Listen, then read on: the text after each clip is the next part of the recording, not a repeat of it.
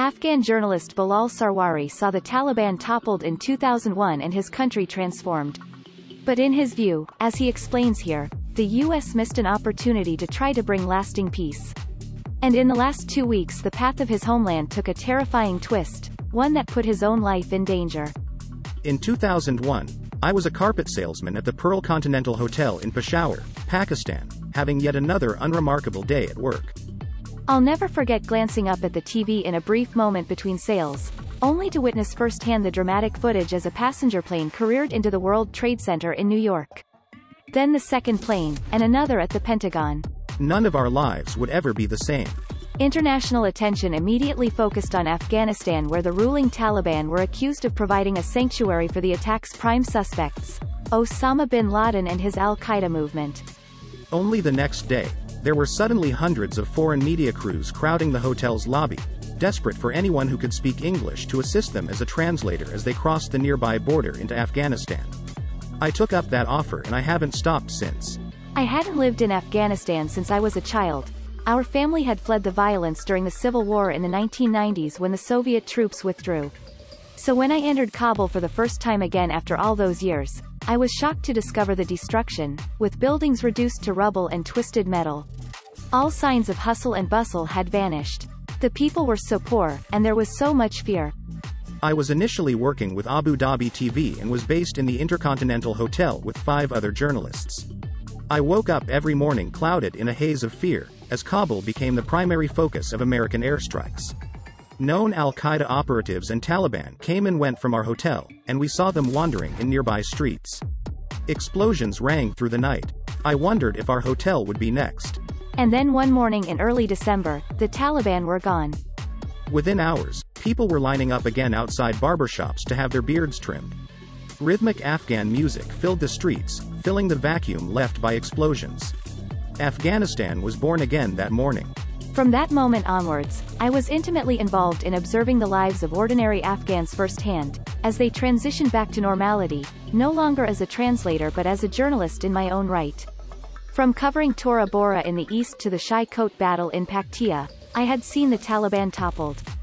Their fighters vanished into the mountainous rural areas, and their leadership fled to Pakistan. In retrospect, it is clear to me that this was a missed opportunity, a time when the US should have sat down with the Taliban to discuss a peace deal. I saw a genuine willingness amongst the rank and file of the Taliban to lay down their arms and resume their lives. But the Americans didn't want that. From my reporting, it seemed to me and many other Afghans that their motivation was revenge after 9/11. The ensuing years were a catalogue of errors. Poor and innocent Afghan villagers were bombed and detained. The Afghan government's willingness to allow foreigners to drive the war effort created a gulf between it and the people. I remember clearly an incident where the Americans had mistakenly arrested and detained a taxi driver named Syed Abasin on the highway between Kabul and Gardez. His father, Mr. Roshan, was elderly and a legendary employee of Ariana Airlines. After we exposed the error, Mr. Abasin was eventually freed. But others were not so connected and not so lucky. The Americans persisted with a heavy-handed approach, causing excess loss of life among ordinary Afghans. In a clear attempt to minimize American casualties, they prioritized bombs and drones over the use of ground troops. Trust for the Americans continued to erode and hopes for peace talks faded. There were brief glimpses of what Afghanistan could become. I could now drive on an open road for thousands of kilometers without fear of death.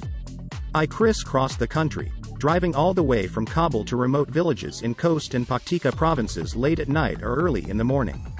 Afghanistan's extraordinary countryside could be traversed. The year 2003 was the turning point. It was when the insurgents started to strike back with a renewed strength. I remember one day very clearly. It was the day that a huge truck bomb pierced the heart of Kabul, shaking the city and shattering windows. I was one of the first journalists on the scene and I'm still traumatized by what I found. It was my first experience of witnessing what would become the new normal, an imposed fact of life, carnage, flesh, and dead corpses littering the blood-splattered ground. And it just got worse. Later we would come to understand that the truck bombs and suicide attacks against Afghan forces, foreign forces and unarmed civilians in the middle of the city would mark the start of a very brutal chapter of the conflict. In response, the Americans escalated their reliance on airstrikes, this time expanding their list of Taliban targets, weddings and funerals in rural parts of the country.